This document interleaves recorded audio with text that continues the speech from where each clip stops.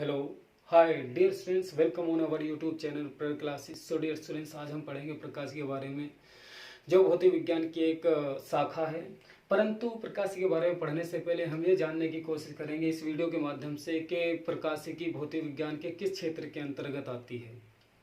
तो इसके लिए हम शुरू करेंगे भौतिक विज्ञान की मूल डेफिनेशन से और जानने की कोशिश करेंगे भौतिक विज्ञान क्या है और भौतिक विज्ञान को कितने क्षेत्रों में बांटा है, उन क्षेत्रों के अंतर्गत भौतिक विज्ञान की कौन कौन सी शाखाएं आती हैं। तो चलिए चलते हैं भौतिक विज्ञान की मूल डेफिनेशन पर। मैं डेफिनेशन को यहाँ बोर्ड पर लिखूंगा भी और बोलूंगा भी। जो स्टूडेंट नोट करना चाहते हो मेरे साथ साथ नोट करते चलें। चलिए चलते हैं भौतिक विज्ञान।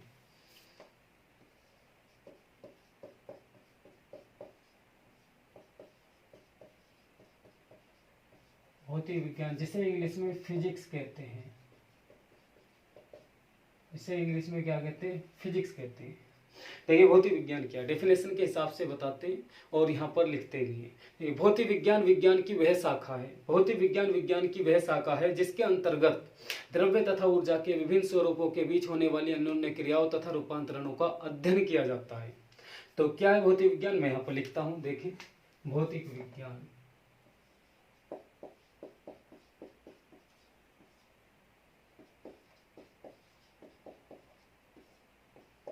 भौतिक विज्ञान विज्ञान की वह शाखा है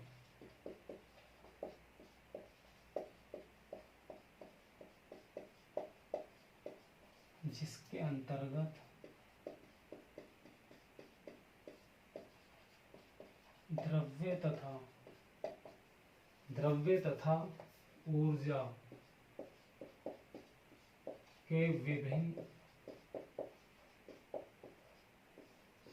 स्वरूपों के बीच होने वाली अन्योन्य क्रियाओं तथा रूपांतरणों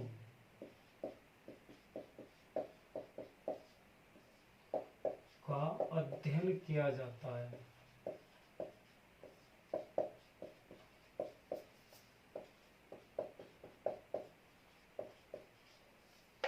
देखिए मैंने यहाँ पर डेफिनेशन लिखी है। क्या है डेफिनेशन? भौतिक विज्ञान विज्ञान की वह शाखा जिसके अंतर्गत द्रव्य तथा ऊर्जा के विभिन्न स्वरूपों के बीच होने वाली अन्योन्य क्रियाओं तथा रूपांतरणों का अध्ययन किया जाता है। तो भौतिक विज्ञान क्या है कि न जिसके अंतर्गत द्रव्य तथा ऊर्जा के विभिन्न स्वरूपों के बीच होने वाली अन्योन्य क्रियाओं तथा रूपांतरणों का अध्ययन किया जाता है।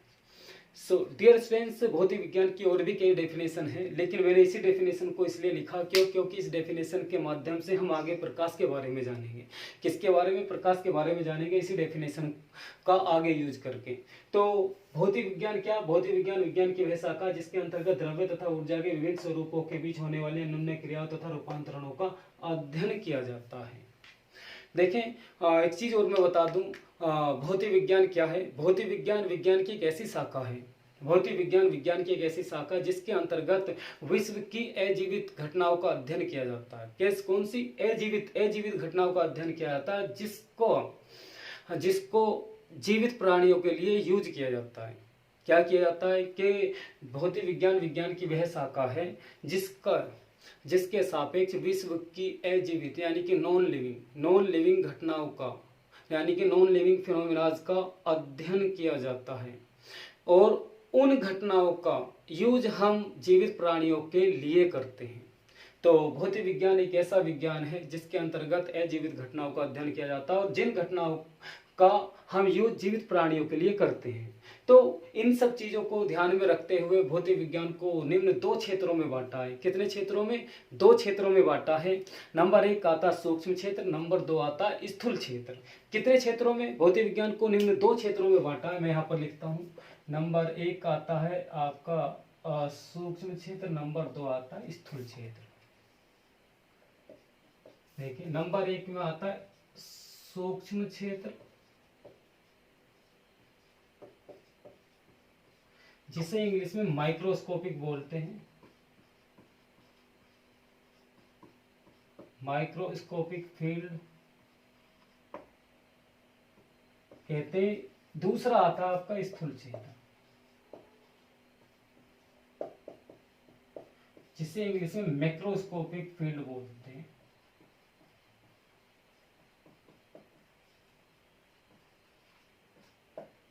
मैक्रोस्कोपिक फील्ड कहते हैं। देखें, भौतिक विज्ञान को निम्न दो क्षेत्रों में बांटा। नंबर 1 आता है सूक्ष्म क्षेत्र, नंबर 2 आता है स्थूल क्षेत्र। तो सूक्ष्म क्षेत्र क्या, स्थूल क्षेत्र क्या, इस चीज के बारे में मैं यहाँ बता दूं कि सूक्ष्म क्षेत्र क्या। सूक्ष्म क्षेत्र भौतिक विज्ञान का वह क्षेत्र है, सूक्ष्म क्षेत्र भौतिक विज्ञान का वह क्षेत्र है जिसके अंतर्गत सूक्ष्म घटनाओं अर्थात परमाणुवीय, नाभिकीय व आणविक स्तर की घटनाओं का अध्ययन किया जाता है। तो क्या है सूक्ष्म क्षेत्र? क्या सूक्ष्म क्षेत्र भौतिक विज्ञान का वह क्षेत्र है जिसके अंतर्गत सूक्ष्म घटनाओं अर्थात नाभिकीय, परमाणुवीय व आणविक स्तर की घटनाओं का अध्ययन किया जाता है। या ये बोले कि सूक्ष्म क्षेत्र भौतिक विज्ञान का वह क्षेत्र है जिसके अंतर्गत घटित होने वाली घटनाओं को हम सिंपली यानी साधारण रूप से अपनी आंखों से घटित होते हुए नहीं देख सकते, परंतु जिन्हें देखने के लिए सूक्ष्मदर्शी आदि का उपयोग किया जाता है। जिन्हें देखने के लिए किसका? सूक्ष्मदर्शी आदि का उपयोग किया जाता है। तो वही चलते हैं, देखिए दूसरी ओर ना स्थूल क्षेत्र। स्थूल क्षेत्र भौतिक विज्ञान का वह क्षेत्र है जिसके अंतर्गत बड़ी घटनाओं अर्थात पार्थिव व खगोलीय स्तर की घटनाओं का अध्ययन किया जाता है। पार्थिव का मतलब बड़ी, यानी कि बड़ी अर्थात पार्थिव व खगोलीय स्तर की घटनाओं का अध्ययन किया जाता है। तो यह बोलें कि स्थूल क्षेत्र के अंतर्गत भौतिक विज्ञान की वे घटनाएं आती है जिन्हें घटित होते हुए हम अपनी आंखों से या फिर टेलीस्कोप के द्वारा देख सकते हैं। जिन्हें घटित होते हुए हम अपनी आंखों से या फिर टेलीस्कोप के द्वारा देख सकते हैं। तो देखें, सूक्ष्म क्षेत्र क्या? भौतिक विज्ञान का वह क्षेत्र है जिसके अंतर्गत सूक्ष्म घटनाओं का अध्ययन किया जाता है अर्थात परमाणुवीय, नाभिकीय व आणविक स्तर की घटनाओं का अध्ययन किया जाता है। स्थूल क्षेत्र भौतिक विज्ञान का वह क्षेत्र है जिसके अंतर्गत बड़ी घटनाओं अर्थात पार्थिव व खगोलीय स्तर की घटनाओं का अध्ययन किया जाता है। तो मैं यहाँ पर लिखता हूँ, देखें इस क्षेत्र के अंतर्गत कौन कौन सी घटनाएं आती हैं? नाभिकीय,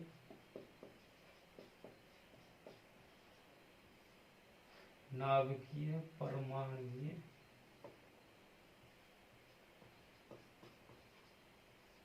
व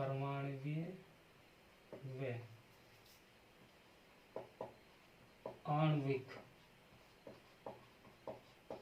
स्तर की घटनाओं का अध्ययन।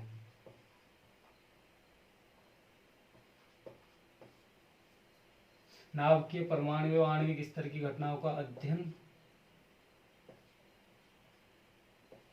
करते हैं।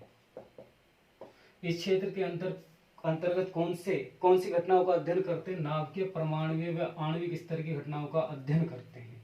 तो सूक्ष्म क्षेत्र में हमने सूक्ष्म घटनाओं को रखा। सूक्ष्म घटनाओं को इसलिए रखा क्योंकि देखें कि नाभिक बहुत छोटा होता है, परमाणु बहुत छोटा, आणविक यानी कि अणु बहुत छोटा होता है, तो जिन्हें हम सिंपली या साधारण रूप से हम अपनी आंखों से नहीं देख सकते। तो जब हम इन्हें नहीं देख सकते, इनके रेस्पेक्ट जो घटनाएं घटित होती है उन्हें कैसे देख सकते हैं? तो इन्हें देखने के लिए हमें किसका उपयोग करना पड़ता है? माइक्रोस्कोप यानी कि सूक्ष्मदर्शी आदि का उपयोग करना पड़ता है। तो इसलिए इन घटनाओं को हमने सूक्ष्म क्षेत्र में रखा है। सूक्ष्म क्षेत्र के अंतर्गत इन घटनाओं को पढ़ते हैं। तो देखें आगे फिर चले कि स्थूल क्षेत्र के अंतर्गत कौन सी घटना आती है? बड़ी स्तर की घटना आती है जिन्हें घटित होते हुए हम अपनी आंखों से देख सकते हैं, यानी कि पार्थिव अथवा खगोलीय स्तर की घटनाएं आती है जिनको देखने के लिए हम सिंपल आंखों या फिर टेलीस्कोप का यूज करते हैं। देखिए क्या है पार्थिव व खगोलीय स्तर की घटनाओं का अध्ययन किया जाता है इसके अंदर।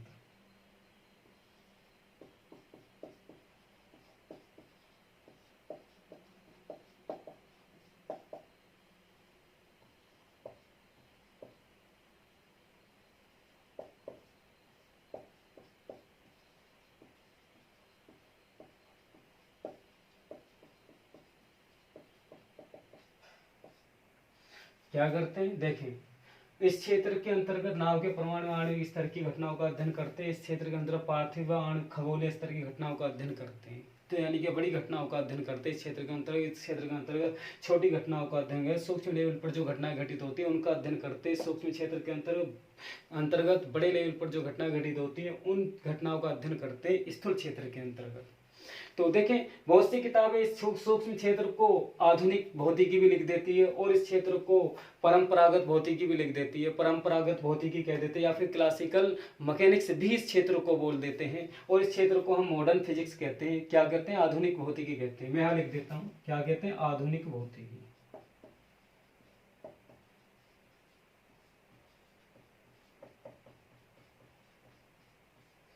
Modern physics.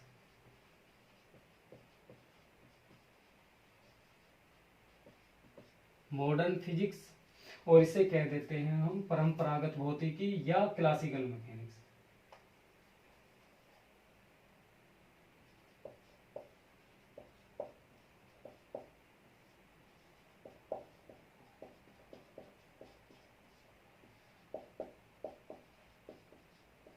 चिरसम्मत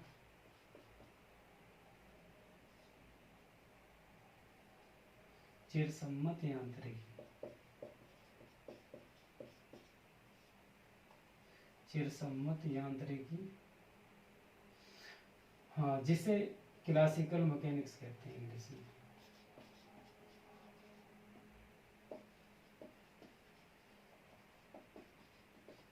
क्लासिकल मैकेनिक्स कहते हैं। तो देखें यहाँ पर नाभ के किन सूक्ष्म क्षेत्र के अंतर्गत कौन कौन सी घटनाएं आती है, स्थूल क्षेत्र के अंतर्गत कौन कौन सी घटनाएं आती हैं, यानी कि किन घटनाओं का अध्ययन किया जाता है इन क्षेत्रों के अंतर्गत।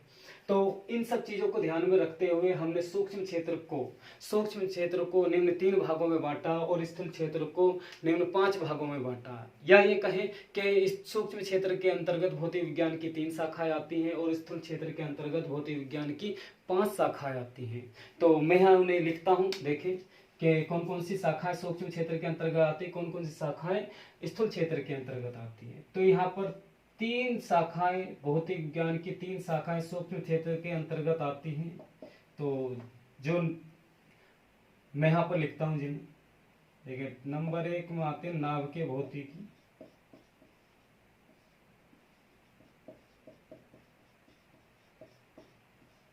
इस क्षेत्र के अंतर्गत कितनी भौतिक विज्ञान की 3 शाखाएं आती हैं। नंबर 1 नाभिकीय भौतिकी, जिसे इंग्लिश में न्यूक्लियर फिजिक्स बोलते हैं।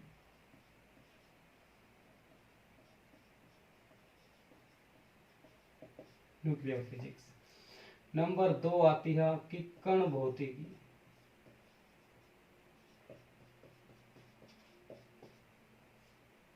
कण भौतिकी या परमाणु भौतिकी भी कह देते हैं। कण भौतिकी या परमाणु भौतिकी, जिसे पार्टिकल फिजिक्स कहते हैं।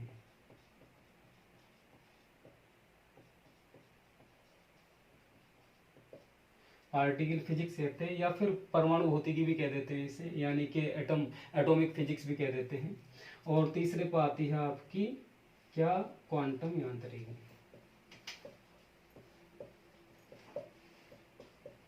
तीसरे नंबर पर आते हैं क्वांटम यांत्रिकी,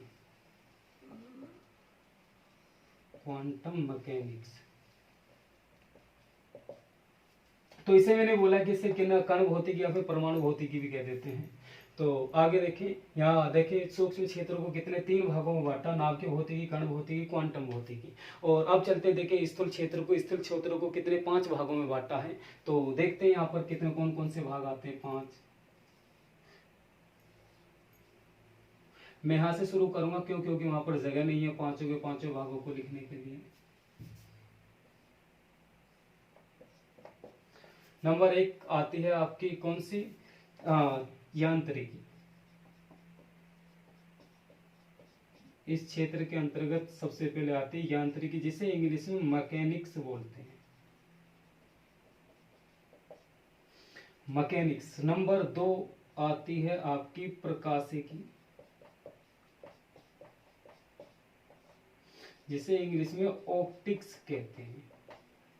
नंबर 3 आती है विद्युत गतिकी,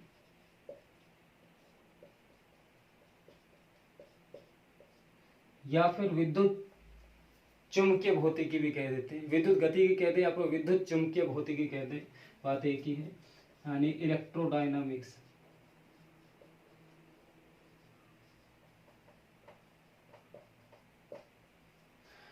विद्युत गतिकी कहते हैं विद्युत चुंबकीय भौतिकी।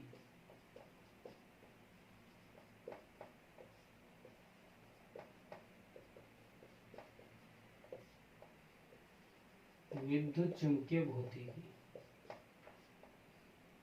ठीक है, यानी कि इलेक्ट्रोमैग्नेटिक। नंबर 4 पर आती है आपकी दोलन तथा तरंग।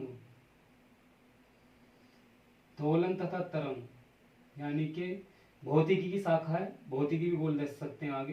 दोलन तथा तरंग भौतिकी, जिसे इंग्लिश में ऑसिलेशंस एंड वेव्स कहते हैं। Oscillations and waves physics. आगे चलते हैं, नंबर 5 में आती है ऊष्मागतिकी।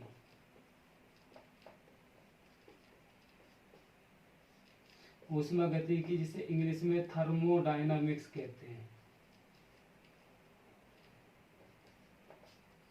क्या बोलते हैं? थर्मोडायनामिक्स। सो डियर स्टूडेंट्स, हमने यहाँ पर पढ़ा कि भौतिक विज्ञान क्या है, भौतिक विज्ञान को कितने क्षेत्रों में बांटा है और उसके अंतर्गत भौतिक विज्ञान की कितनी कितनी शाखाएं आती है। ये सब चीजें हमने यहाँ पर पढ़ी। लेकिन एक चीज और यहाँ पर हम जानते हैं कि इन सब घटनाओं को डिफाइन करने के लिए कुछ सिद्धांतों का उपयोग करते हैं। तो देखें कौन कौन से सिद्धांत लगाते हैं इन सब घटनाओं को डिफाइन करने के लिए। तो जो सूक्ष्म क्षेत्र है, सूक्ष्म क्षेत्र के अंतर्गत जो भी शाखाएं आती हैं भौतिक विज्ञान की, उनके अंतर्गत जो भी घटनाएं घटित होती है उन्हें डिफाइन करने के लिए क्वांटम मैकेनिक्स के सिद्धांतों का उपयोग करते हैं। और जो शाखाएं स्थूल क्षेत्र के अंतर्गत आती है भौतिक विज्ञान की, उनके अंतर्गत जो भी घटनाएं घटित होती है उन्हें डिफाइन करने के लिए हम चिरसम्मत यांत्रिकी यानी क्लासिकल मैकेनिक्स के सिद्धांतों का उपयोग करते हैं। तो देखिए मैं यहाँ पर लिख देता हूँ, इन क्षेत्रों को डिफाइन करने के लिए इन क्षेत्रों को या इस क्षेत्र के अंतर्गत जो भी शाखाएं आती है उनके अंतर्गत जो भी घटनाएं घटित होती है उन्हें डिफाइन करने के लिए कौन से नियम लगाते हैं। उन्हें डिफाइन करने के लिए हम कौन से क्वांटम मैकेनिक्स के नियम या सिद्धांतों का उपयोग करते हैं। कौन से? क्वांटम यांत्रिकी के सिद्धांतों का उपयोग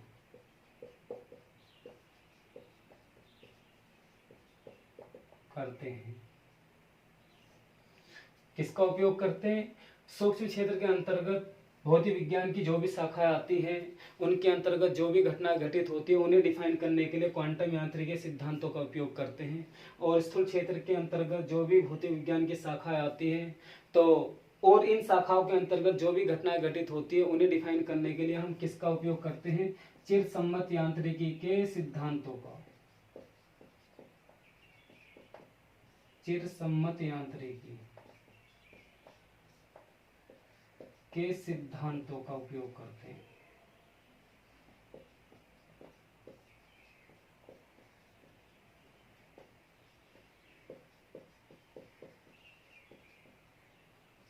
किसका उपयोग करते हैं? चिरसम्मत यांत्रिकी जिसे इंग्लिश में क्लासिकल मैकेनिक्स कहते हैं। मैंने ऊपर लिखा है चिरसम्मत यांत्रिकी को इंग्लिश में क्लासिकल मैकेनिक्स कहते हैं।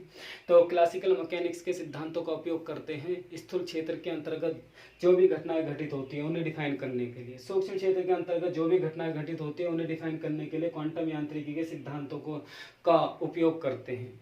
तो सो डियर स्टूडेंट्स, यहाँ पर समझ आ गया होगा कि क्या है भौतिक विज्ञान, क्या है, कितने क्षेत्रों में बांटा है और उनके अंतर्गत कौन कौन सी शाखाएं आती हैं, उन्हें डिफाइन करने के लिए कौन से नियमों का या कौन से सिद्धांतों का उपयोग करते हैं। तो परंतु जब हमने वीडियो शुरू किया था तो हमने ये कहा था कि हम जानने की कोशिश करेंगे कि प्रकाशिकी भौतिक विज्ञान के किस क्षेत्र के अंतर्गत आती है, यानी कि हम आगे प्रकाशिकी के बारे में पढ़ेंगे। तो अब हमने इस वीडियो के माध्यम से ये जाना कि प्रकाशिकी भौतिक विज्ञान के कौन से यानी कि स्थूल क्षेत्र के अंतर्गत आती है। देखिए स्थूल क्षेत्र में आती है प्रकाशिकी। तो स्थूल क्षेत्र क्या है? स्थूल क्षेत्र एक बड़ा क्षेत्र होता है जिसके अंतर्गत बड़ी घटनाएं घटित होती है, जिन्हें घटित होते हुए हम अपनी आंखों या फिर टेलीस्कोप से देख सकते हैं। तो देखिए प्रकाशिकी स्थूल क्षेत्र के अंतर्गत स्थूल क्षेत्र के अंतर्गत आती है। तो इसका मतलब यह है कि इसके अंतर्गत जो भी घटनाएं घटित होंगी वे हमें अपनी आंखों से या तो दिखाई देंगे या फिर हम टेलीस्कोप से देख सकते हैं। उन घटनाओं को घटित होते हुए या तो अपनी आंखों से देख सकते हैं या फिर टेलीस्कोप के द्वारा देख सकते हैं। तो सो डियर स्टूडेंट्स, यहाँ पर समझ आया होगा प्रकाशीय की भौतिक विज्ञान के किस क्षेत्र में आती है, स्थूल क्षेत्र में आती है। तो आगे जानेंगे, आगे पढ़ेंगे हम प्रकाशीय की क्या है, प्रकाशीय के अंतर्गत किस चीज़ का अध्ययन किया जाता है, फिर उसकी प्रॉपर्टी क्या है और उसके अंतर्गत कौन कौन सी घटनाएं घटित होती हैं। इन सब चीज़ों के बारे में जानेंगे नेक्स्ट वीडियो में।